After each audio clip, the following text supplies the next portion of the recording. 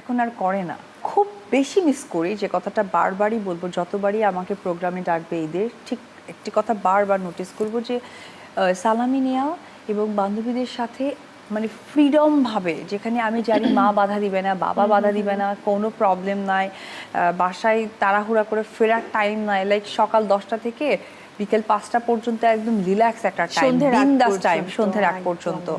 ওই সময়টা হচ্ছে ধরো মোড়ে মোড়ে সবাই যে পেপসি, কোকা কলা এগুলো ছেলেরা বিক্রি করে, চটপটি, তারপরে গান শোনে, এবং আমাদের সাথে আমি বসতাম উপরে, 2 সাইডে আমার 2 বান্ধবী বসতো, তো আমি যে মাঝখানে বসতাম, ওরা জানতো আমি তো মানে ওদেরকে একটু ইনফরমেশন দিই, আর ওরা ওই দিন আমার 2 বান্ধবীরা ট্রাই করতো যে ওর যে বয়ফ্রেন্ডগুলো ছিল কোন এরিয়ার দিয়ে হাঁটাহাঁটি করবে, ঠিক ওই এরিয়া দিয়ে রিক্সা ঘোরাবে।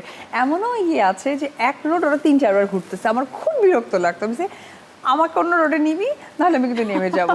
তো এই বিষয়গুলো না আসলে মানে ছোটবেলার এই বিষয়গুলো না সত্যি ভীষণ মিস করি।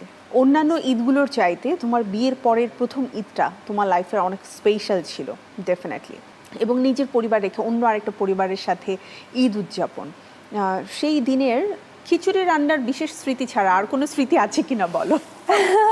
আর স্মৃতি যেটা আমি বলবো সেটা হচ্ছে যে আমি প্রথমে যখন আমি সালাম করেছি আমার শ্বশুর শাশুড়িকে, ওনারা আমাকে টাকা দিয়েছে, তো ওই বিষয়টা আমি খুব ভয় পাচ্ছিলাম যে আমি সালাম করব, ওনারা মাইন্ড করবে কিনা, কারণ আবার হচ্ছে কিভাবে নিবে, মানে আসলে আমি একটু বলতে পারো প্রথম মানে আমার তখন 4 মাসের মাথায় আর কি ঈদটা পড়েছিল আমার বিয়ের, এপ্রিল, হ্যাঁ এরকম সময় পড়েছিল, যার জন্য আমি একটু ভয় পাচ্ছিলাম।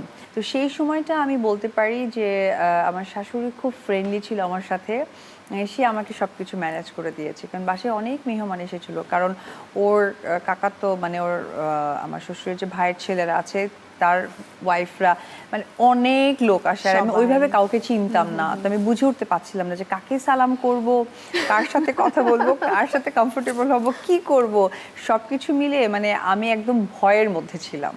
তোমার তো উচিত ছিল গণহারে সবাইকে সালাম করে যাওয়া। অনেকে আবার আছে ছোট, ও তো মানে বড়, সাকিব তো বড়, তো লাইক ধরো ছোট, ঠিক আছে, ধরো সে তোমার দেবর, কিন্তু লজ্জায় পড়ে সেও সালামি দিচ্ছে না, সেটা তুমি ওদেরকে চেনো না, ওরা সালামি দেবে, উল্টাটা নেবে না, ওরা নেবে যে সালাম করেছে এবার সালামি দাও। ওরে বাপরে, ওদেরকে আমি চিনি খুব ভালোভাবে। দেবর কাউকে সালাম করেছিল? না, আমি ওটা করিনি, আমি একটু ওয়েট করতাম আমার শাশুড়ির জন্য, তো উনি যখন বলতেন তখন সেভাবে যেতাম, কিন্তু ওরা এত দুষ্ট, ওরা সালামি মানে মানে আমার কাছ থেকে নেবে, রাইট, আর কখনোই দেবে না। দেবররা একটু দুষ্ট না হলে আসলে একদমই ভালো লাগে না, দুষ্ট দেবর থাকাই ভালো, মানে শূন্য গোয়ালের চেয়েতে দুষ্ট দেবর থাকা ভালো। তো তোমার সাথে তো জমিয়ে আড্ডা দেবো, আমি ছোট্ট একটি বিরতি নিয়ে আবারও ফিরে আসি আড্ডায়। প্রিয় দর্শক, নিয়ে নিচ্ছে ছোট্ট একটি বিরতির পরে আবারও ফিরে আসবো আমাদের চ্যানেল 9-এর ঈদ স্পেশাল আয়োজন Emami 7 oils in 1 double conditioning shampoo presents Eid স্টারে, সাথে থাকুন আমাদের।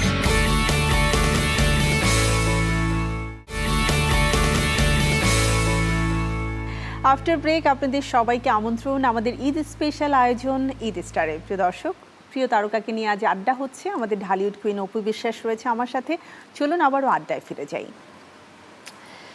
18 তারিখের অ্যানিভার্সারি পালনের প্ল্যান কি?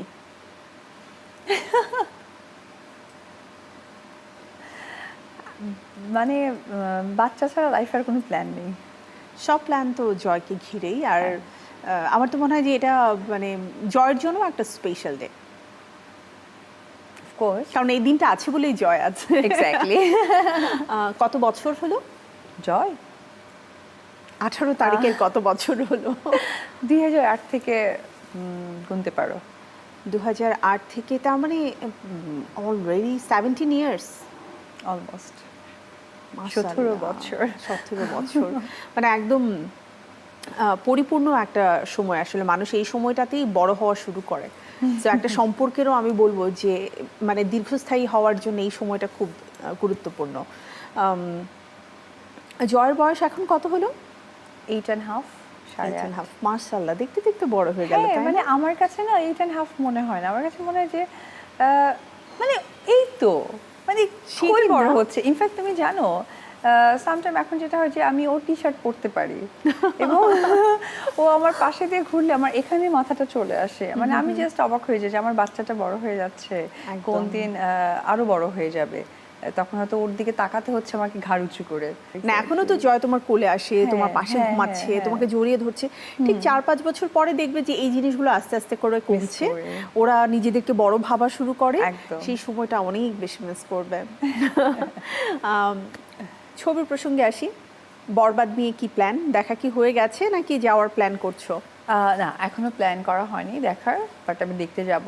আর আমি বরাবর মতো যখন বরবাদ বা তুফানও দেখেছি, যেমন আবরাম দেখেছিল, ওর খুব এক্সাইটমেন্ট কাজ করছিল তুফানটা দেখে পাপার, সো ওটা একটু যে মারপিট হাবি যাবি দাঙ্গা তুঙ্গা আছে তো ওর খুব ভালো লাগছে Action. অ্যাকশনটা, সো ওকে নিয়েই যাব।